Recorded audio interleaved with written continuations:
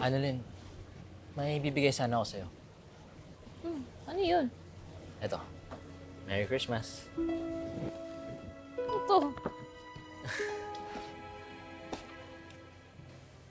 Ano to? Ang dami-dami kong picture. Ito pa talaga? Ang ganda mo kaya dyan. Naisip ko kasi na a lot of terrible things has happened recently. Lagi ka na lang malungkot. Stress. Minsan galit. But I want to remind you to smile. Ayokong makalimutan mo yung mga moments na masaya ka dahil lang natatabunan natin ng mga problema. You may be at the center of a strong typhoon right now. Pero there will always be a rainbow. A sunny day after the rain. Kaya smile ka lang. Because more than your intelligence, your kindness, and your beauty, I believe na your smile is your best asset. Salamat, Harry. Paano smile ko nito ba? Cute naman eh. Hindi mo ba nagustuhan?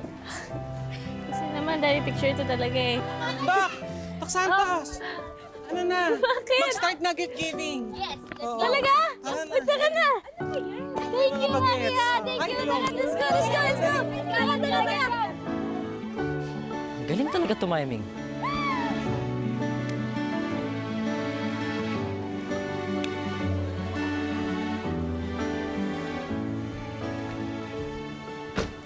RJ, saan ka pupunta? Kukunin ko lang yung mga regalo sa kotse. Kasi magsa-start na yung gift-giving ng mga bata. Pagkatapos, aalis na rin ako. Hindi naman kita pinapaalis ah. Si Lynette, nakita mo? Nasa loob. Pero huwag ka mag-alala. Isang beses lang kami nag-usap. At tungkol kay Papa yun. Sandali. Hindi kita pinag-iisipan na masama. Ayoko lang kasi ng gulo. At ayoko maapektuhan si Lynette. Since nandito ka na, mauna na rin ako. Sayang naman kung alis ka. Nandito ang anak mo.